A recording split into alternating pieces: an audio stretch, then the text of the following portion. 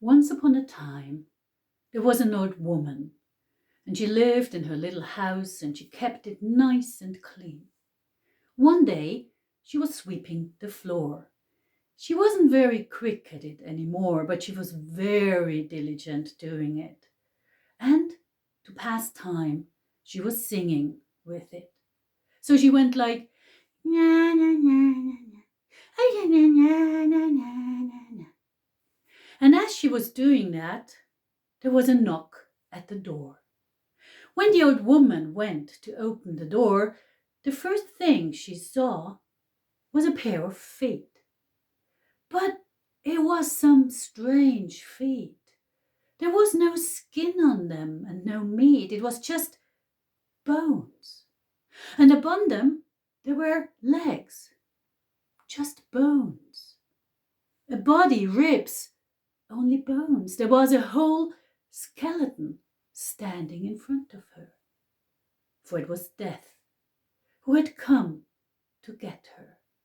And Death stretched out his hand and he said, "Come, it's time.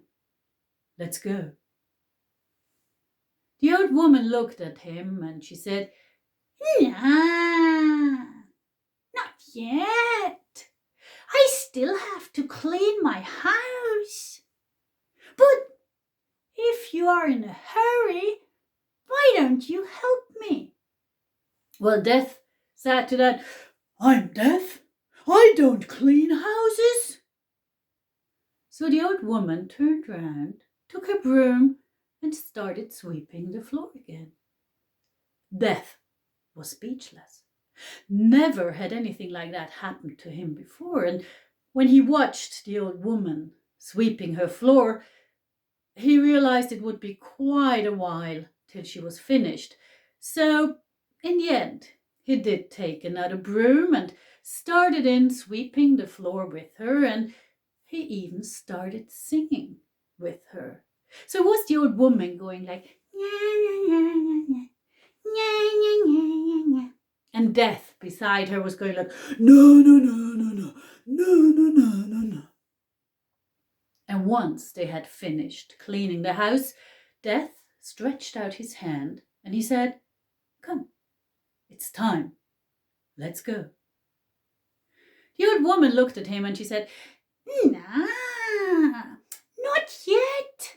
I still have to finish my cooking, but you can help me." And Death said, "I'm Death. I don't cook." But still, he did follow her into the kitchen, and soon he found himself chopping carrots and stirring the soup and carrying plates full of meals out to the big dining table. And when the table was loaded with food and the kitchen was clean, Death stretched out his hand and he said, "Come, it's time. Let's go."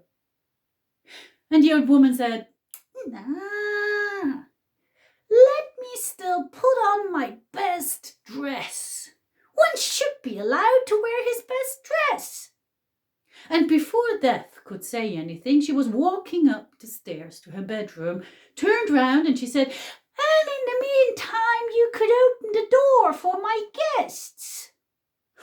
"I'm Death," said Death. "I don't open doors."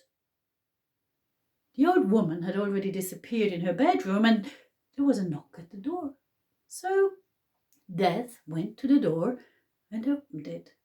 There was a young couple and they were a bit surprised to see Death in this house, but as he was bowing gently and inviting them in, they entered. And soon the house filled with guests, old people, young people, women, men, and when the house was full, the old lady came down the stairs in her best dress, and the people applauded and sang to her, and then they were eating and drinking and chatting and having a good time. Death was standing in a corner, waiting for his chance to take the woman with him. And while he was standing there, a young boy came up to him, and he held a piece of cake on a plate. It was like one of those really sweet, chocolatey cakes with a lot of pink, sugary frosting on top. And the little boy held the cake up to Death and he said, "Eat!" And Death looked down and he said, "I'm Death. I don't eat." And the little boy looked up and he said, "Eat! Eat, eat, eat, eat, eat, eat, eat!" And he started crying. The old woman heard the little boy crying and she came over and she said, "If my great-grandson offers you a piece of cake, you eat it. Be polite, for goodness sake." And she went away again. So Death bent forward.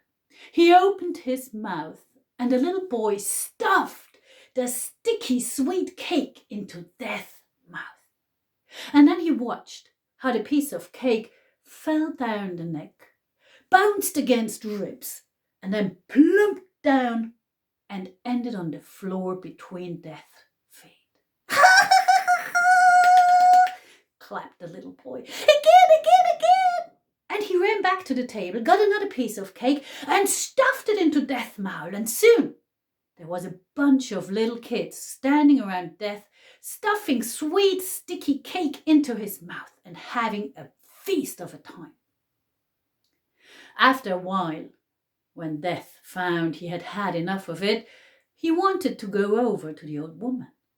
But when he tried to move, his feet were stuck in the heap of sweet, sticky cake that had collected around his feet.